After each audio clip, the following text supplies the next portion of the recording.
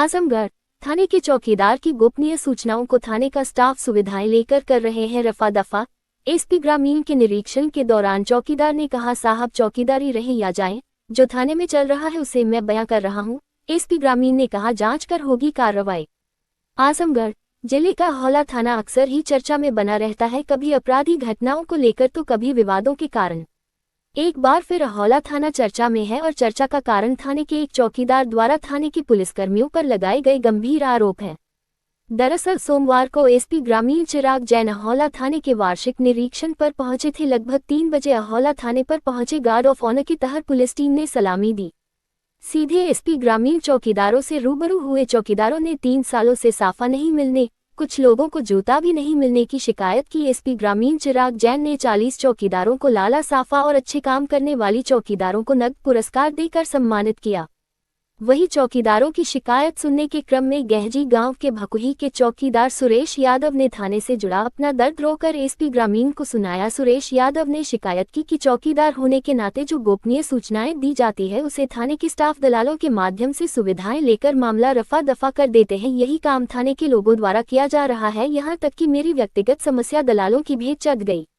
समस्या सुनने के बाद एसपी ग्रामीण चिराग जैन ने चौकीदार से लिखित में शिकायत देने को कहा इसकी जांच में स्वयं जांच करूंगा। चौकीदार सुरेश यादव एसपी ग्रामीण चिराग जैन के सामने भावुक होकर समस्या को लेकर रोने लगे। कहा कि साहब मेरी चौकीदारी रहे या जाए, मुझे इसका गम नहीं। जो ये लोग यहाँ जो कर रहे हैं मैं वह आपके सामने बयां कर रहा हूँ। एसपी ग्रामीण ने कहा कि थाने के चौकीदार ने लिखित शिकायत दी है जिसकी जांच में स्वयं कर रहा हूं। चौकीदार के आरोप गंभीर हैं और जांच में जो भी दोषी पाया जाएगा उसके खिलाफ कार्रवाई की जाएगी। परिचय बताइए अपना। सुरेश यादव, चौकीदार, ग्राम गहजी भकुही, थाना हरौला, जिला आजमगढ़ के हम निवासी हैं। अच्छा, कल ग्रामीण एसपी आए थे हरौला थाने पर जी। एक वीडियो वायरल हो रहा, आप ही थे कि जो अपना दर्द बयां कर रहे थे? हम अपना बयान कर रहे थे और हमारी बात को सुना गया। और फिर कप्तान साहब ने कहा कि अपना लिखित करके दो। और थाने के एसओ जो हैं हमारे लड़कों से पैसा लेकर, हमारे रिटायर फौजी पटीदार से पैसा लेकर हमारी खतौनी को हमारे लड़के और हमारे पटीदार को जुतवा दिए। कैसे पता आपके पैसा लिए जो है आरोप लगा? हम वहाँ पर आकर खड़े थे। अच्छा। पहले तो वो लोग हमारा खेत जोतना चाहते थे, तो जब मौके पर लोग गए तो हम 100 नंबर को बुलाए और 100 नंबर वाले गए, पूछे खतौनी किसके नाम है। तो हमने कहा खतौनी हमारे नाम है। तब 100 नंबर वाले बोले कि खतौनी इनके नाम है तो तुम लोग जोतने बोने के अधिकारी नहीं हो, तुम लोग कल थाने पर आओ। थाने पर बुलाया गया तो वो जो हमारे शराबी दोनों लड़के हैं वो लोग थाने पर नहीं आए। जो हमारे फौजी रिटायर पटीदार हैं वो और एक संजय यादव, दोनों राकेश और संजय दोनों शाम को ही थाने में आ गए और बुलाया था कल आने के लिए, लेकिन शाम को ही आ गए। और मैं भी पीछे आया, हमको लोग देखे नहीं। बड़े साहब के सामने लोग बैठे थे, बहुत भीड़ लगी थी, वो लोग हमको नहीं देखे, बड़े साहब ने भी नहीं देखा। जब भीड़ हटी तो वो फौजी रिटायर जो है वो गए आड़ में और दरोगा जी से बात किए, पैसा दिए। मैं देख रहा था, हमको उन लोगों ने नहीं देखा। इसके बाद जब वो बाहर निकले तो संजय ने हमसे बोला जाओ बात कर लो। हमने कहा था आप लोग ने बात कर लिया, मिल लिया ना, हम नहीं मिलेंगे। तो दरोगा ने क्या कहा? थाना के अध्यक्ष थे कि किसी दरोगा ने कहा था? नहीं, थाना अध्यक्ष मनीष पाल। अच्छा।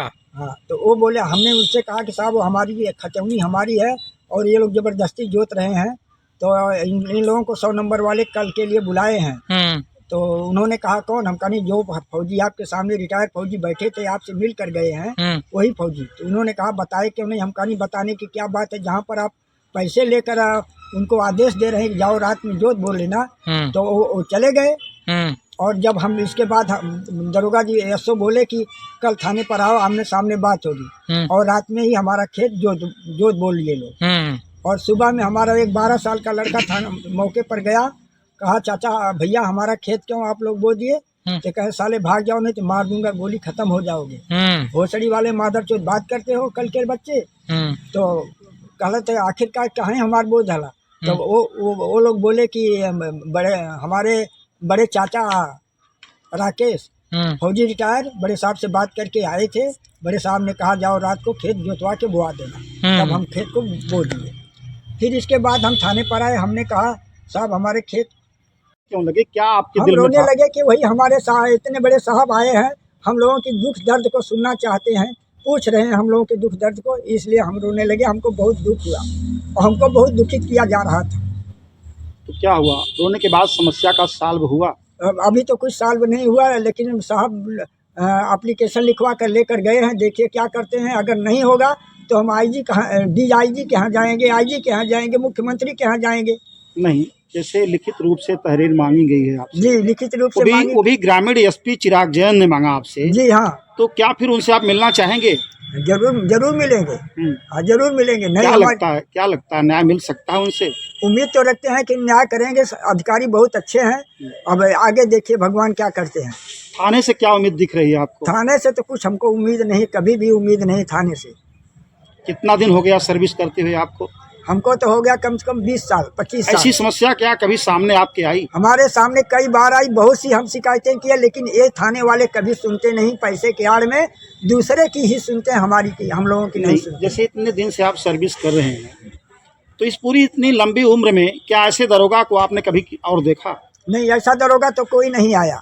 जैसे दरोगा ये है, ऐसा दरोगा कोई नहीं आया कि पैसा लेकर एकदम डायरेक्ट दूसरे का चीज़ दूसरे को कब्जा करवा दे रहे हैं।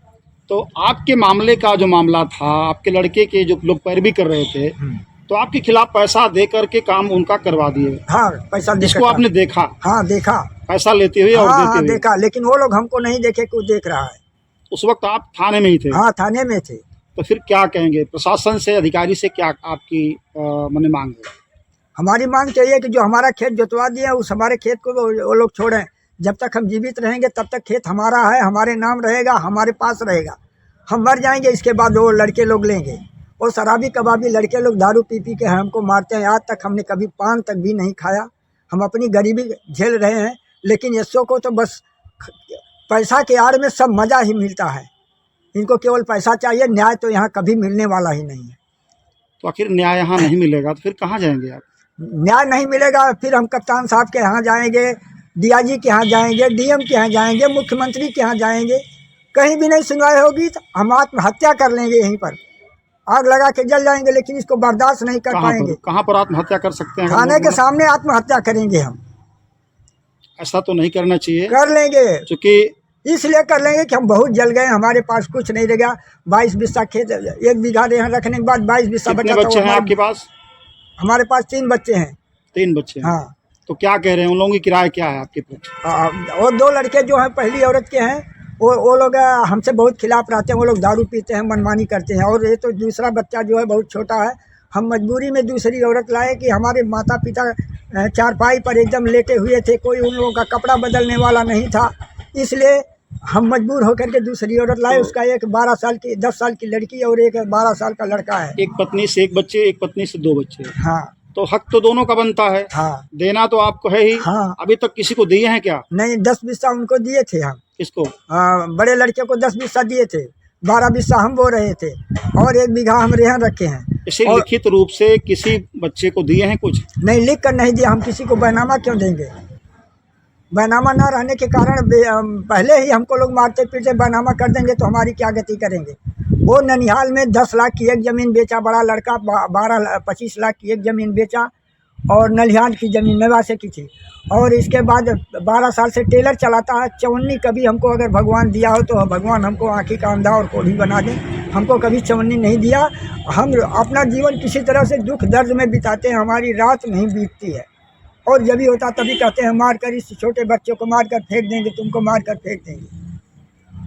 चलिए, इसकी गुहार हम करते हैं तो थाने वाले मजाक करते हैं, कभी भी उन लोगों को डांटते फटकारते नहीं हैं।